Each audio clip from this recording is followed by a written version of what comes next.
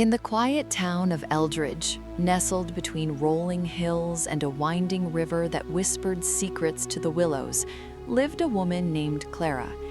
At 35, she carried the weight of unspoken regrets like a cloak too heavy for her slender frame. Her days blurred into one another, waking before dawn to brew coffee in her cramped kitchen, commuting to a job at the local library where she shelved books that spoke of lives more vibrant than her own, and returning home to an empty house that echoed with memories. Clara's laughter, once as bright as summer sunlight, had faded years ago, buried under the rubble of a single, shattering loss. It had been 10 years since the accident. Her younger brother, Tommy, only 20 at the time, had been her anchor. He was the dreamer, the musician who filled their childhood home with guitar strums and off-key songs that made their parents roll their eyes but smile all the same. Tommy had been driving that rainy night, rushing to pick Clara up from a late shift. A slick road, a blind curve, and in an instant, he was gone. Clara survived with scars, physical ones on her arm, invisible ones on her soul. She blamed herself endlessly.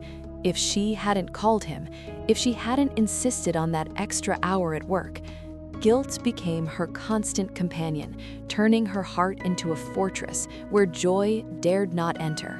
Clara's life settled into a monotonous rhythm, a self-imposed penance. She avoided the old family home, now sold to strangers, and steered clear of music altogether. The radio in her car stayed silent. She skipped playlists at gatherings. Friends tried to pull her back, invitations to concerts, gentle nudges toward therapy, but she pushed them away, convinced that moving on meant betraying Tommy's memory. "What's the point?" she'd murmur to herself in the mirror, her eyes hollow. Happiness is for those who haven't lost everything. One crisp autumn afternoon, as leaves painted the streets in hues of gold and crimson, Clara's routine fractured. She was at the library, reshelving a stack of biographies, when a soft melody drifted from the children's section. It was faint, like a half-remembered dream, a simple tune on a ukulele, accompanied by a child's giggles. Intrigued despite herself, Clara peeked around the corner. There sat an elderly man with a shock of white hair and kind eyes, strumming for a group of wide-eyed kids. His fingers danced over the strings, coaxing out a song about a lost bird finding its way home. The melody tugged at something deep within her. It was familiar, yet she couldn't place it. Shaking her head, Clara turned away, but the man noticed her lingering. "Join us, miss," he called, his voice warm like aged whiskey. Music has a way of healing what words can't touch. Clara froze.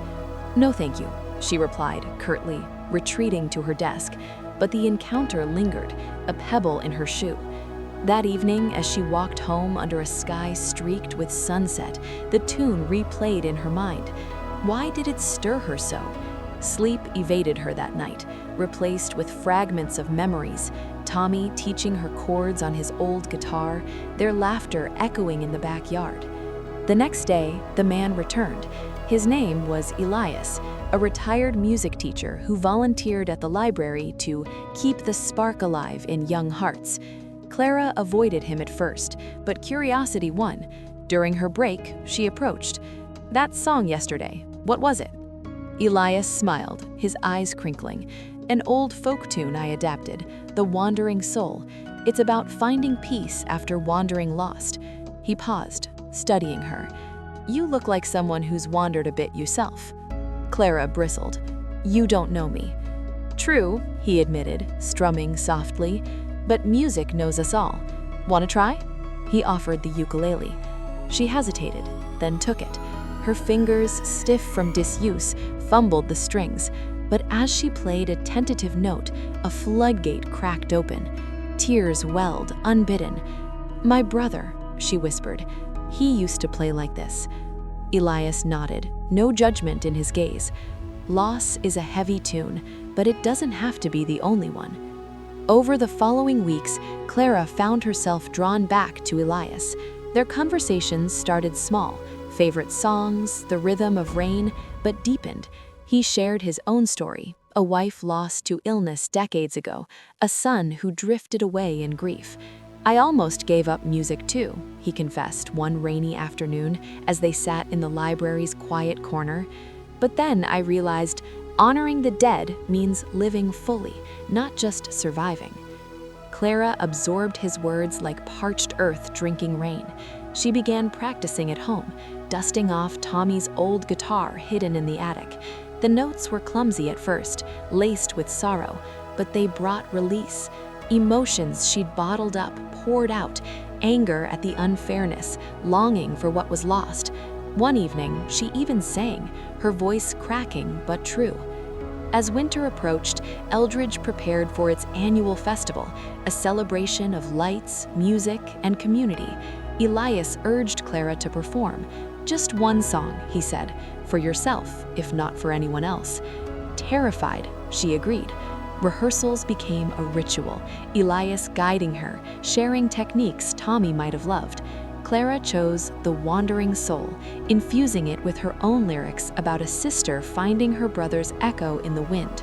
The heartfelt twist in her version, a bridge where the lost soul returns not in body, but in spirit, teaching forgiveness. The night of the festival arrived, snowflakes dancing under string lights. The town square buzzed with families bundled in coats, hot cider steaming in the air. Clara stepped onto the makeshift stage, heart pounding like a drum. The crowd hushed as she began. Her voice, clear and emotive, wove through the melody. "In the shadows where I hide, your whisper calls me home. Through the storms that rage inside, I'm no longer alone." The path was long and winding, full of thorns and tears, but in your memory, I find the strength to face my fears. As she reached the twist, the revelation that the wandering soul was her own, forgiving herself for surviving, tears glistened in the audience's eyes. Elias watched from the side, pride etched on his face. But the true twist came after. As Clara finished to thunderous applause, a young woman approached, her eyes wide. "That song, my dad used to hum it. He was a musician, lost in an accident years ago." She pulled out a faded photo, Tommy, smiling with an arm around a girl Clara didn't recognize. Clara's breath caught. "Who?" "I'm Lily," the woman said softly. "Tommy's daughter. He never told you. He was scared, young. I was born just before the crash. My mom raised me alone, but she passed last year. I've been searching for family." The world tilted. Tommy had a child? A secret life, hidden perhaps from shame or fear. Clara's guilt shattered like glass. All these years, she'd mourned alone, but Tommy's legacy lived on. In Lily, in the music, in her. They embraced, sobs mingling with laughter. Elias joined them, revealing he'd known Lily from his teaching days and orchestrated their meeting subtly, hoping to bridge the gap. "Music connects us," he said, eyes twinkling, "and sometimes it brings back what's been lost." In the months that followed, Clara's life transformed. She and Lily bonded over stories of Tommy, filling the empty house with new melodies. Clara started a community music group at the library, teaching kids the tunes that healed her. The guilt lifted, replaced with gratitude for the brother who'd given her strength, for the twist of fate that mended her heart. And so, in Eldridge's quiet embrace, Clara learned the deepest lesson. Forgiveness isn't forgetting, it's allowing love to echo beyond loss. With each strum, she honored Tommy, turning sorrow into song, and found that the most uplifting endings come not from perfection, but from opening one's heart to the unexpected harmonies of life.